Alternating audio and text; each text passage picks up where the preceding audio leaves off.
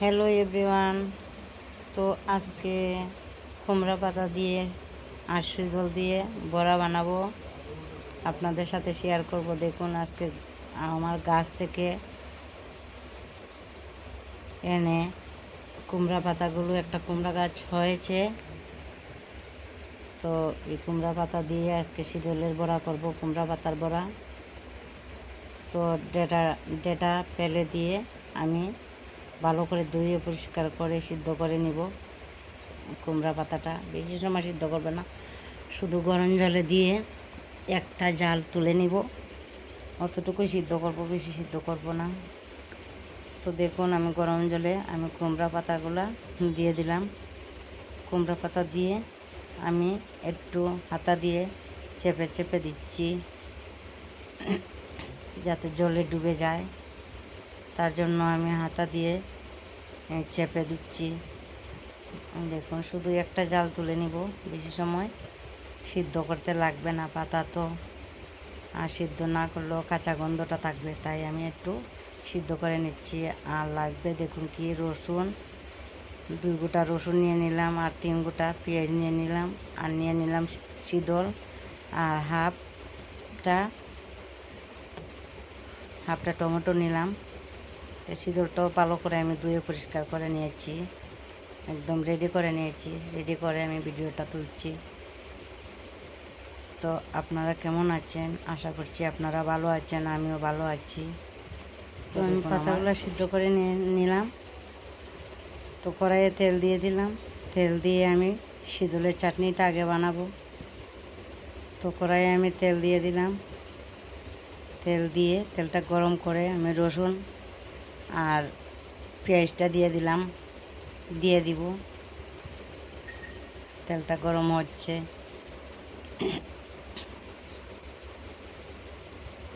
তো ভিডিওটা আপনারা স্কিপ করবেন না, অবশ্যই দেখতে পারবেন। রান্নাটা সবই করে। তো এইরকম একবার আমার মতো একবার রান্না করে খেয়ে দেখুন, খুব টেস্টি হয় এইভাবে শিদলের আর কুমড়া পাতার বড়াটা করলে। তো দিয়ে দিলাম আমি রসুন আর পেঁয়াজ। তো রসুন পেঁয়াজটাকে আমি খুব ভালো করে ভেজে নিব। হালকা ভেজে নেওয়ার পর আমি টমেটোটা দিয়ে দিব। তো পেঁয়াজ রসুনটাকে আমি ভেজে নিচ্ছি হালকা, তারপর আমি টমেটো দিয়ে দিব।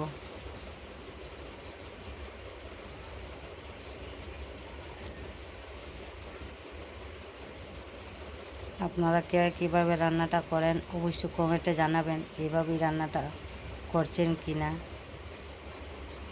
তো দেখুন, হালকা ভেজে নিচ্ছি। তো এখন আমি হাফ টমেটো কেটে রাখছি, যে এই টমেটোটা দিয়ে দিব।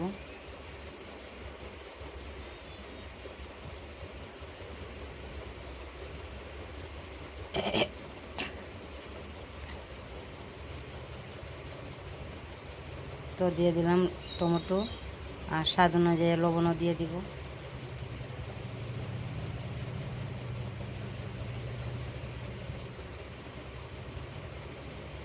দিয়ে দিলাম স্বাদ অনুযায়ী লবণ, কালারের জন্য হলুদও দিয়ে দিব। তো আমি পেঁয়াজটাকে নেড়ে চেড়ে রাখছি, যাতে নিচে দিকে না জ্বলে যায়, তার জন্য আমি নেড়ে চেড়ে দিচ্ছি। আর গ্যাসের আঁচটা মিডিয়ামে আছে।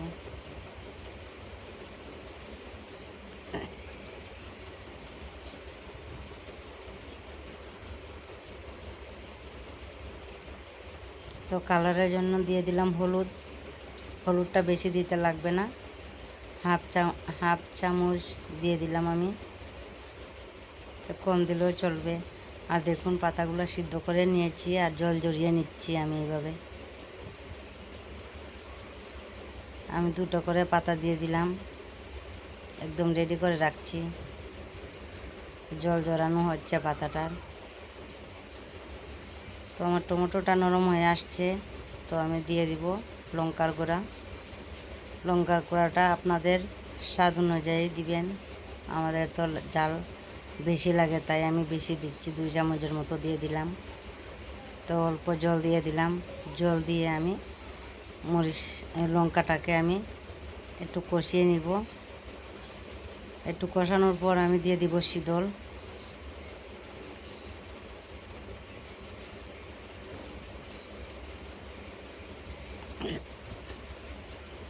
তো দিয়ে দিলাম শীতল। শীতলটা দিয়ে আরও কিছুক্ষণ সময় আমি কষিয়ে নিব খুব ভালো করে।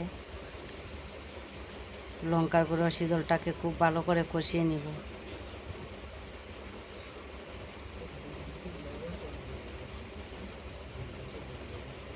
শীতলও আমি গরম জল দিয়ে ধুয়ে নিচ্ছি।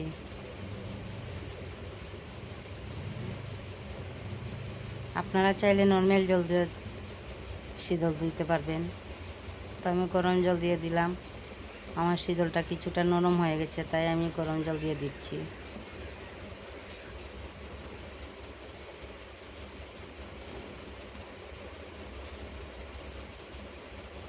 তো দেখুন শীতল লঙ্কার গুঁড়াটাকে আমি খুব ভালো করে কষিয়ে নিচ্ছি। আর গ্যাসের আঁচটা একদম মিডিয়ামে আছে।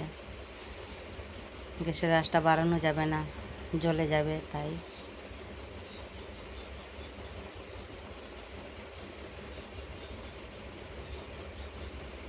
এইভাবে একবার রান্না করে খেয়ে দেখবেন। আশা করছি আপনাদেরও ভালো লাগবে।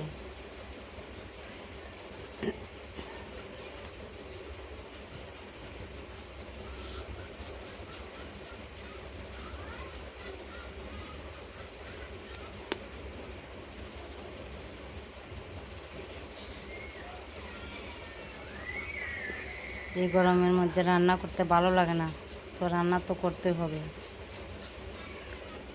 অতিরিক্ত গরম।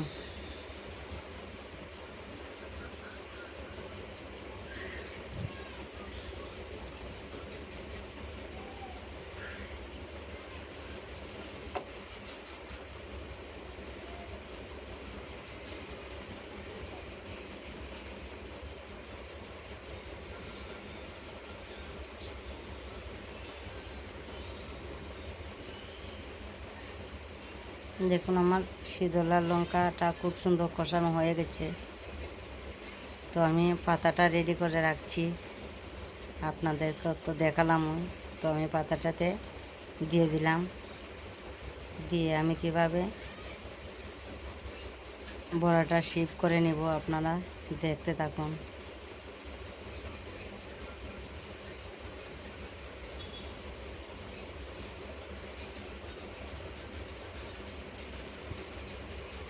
তো শীতলের চাটনিটা আমি দিয়ে দিলাম পাতার মধ্যে, কুমড়া পাতার মধ্যে। এই শেপেই আমি বানাবো সবটা।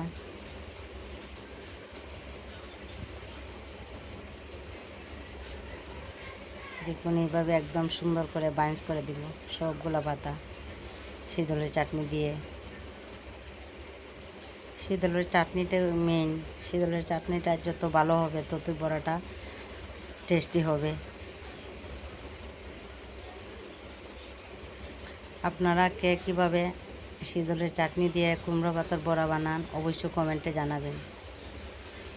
তো দেখুন আমি বেসনও গুলে নিলাম আর বড়াটার শেপ আমি সবটি করে নিচ্ছি। তো আমি এখন বেসনটাও বেশি পাতলা করা যাবে না আর বেশি ঘনত্ব রাখা যাবে না। তো কড়াইয়ে তেল দিয়ে দিলাম, তেলটা গরম করে নিচ্ছি। আর এদিকে বড়াতে আমি এই বেসনটা লাগিয়ে নিব।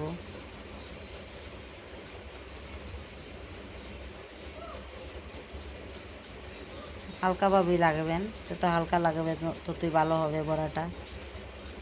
দেখুন আমি এইভাবে লাগাচ্ছি, আপনারাও এইভাবেই লাগাবেন বেসন বড়ার মধ্যে। এই বেসনের মধ্যে কোনো কিছু দেইনি, শুধু হলুদ আর অল্প লবণ দিয়ে দিলাম বেসনটার মধ্যেও। দিয়ে এইভাবে আমি গুলে নিচ্ছি বেসনটাকে।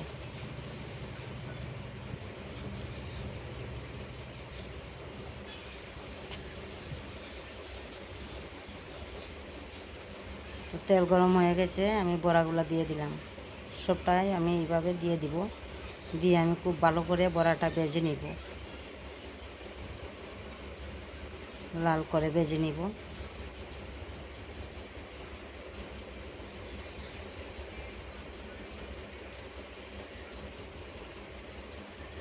দেখুন আমার বড়া বানানো হয়ে গেছে, সবগুলা বড়া আমার বানানো হয়ে গেছে। তা আমার শীতলের চাটনি দিয়ে কুমড়া পাতার বড়াটা কেমন হয়েছে অবশ্যই কমেন্টে জানাবেন। যদি ভালো লাগে লাইক কমেন্ট করে পাশে থাকবেন। আর যারা নতুন দেখছেন আমার ভিডিওটা সাবস্ক্রাইব করে পাশে থাকবেন। এভাবে নিত্য নতুন ভিডিও দেখার জন্য। বাই বাই বন্ধুরা, আমার ভিডিও এই পর্যন্তই।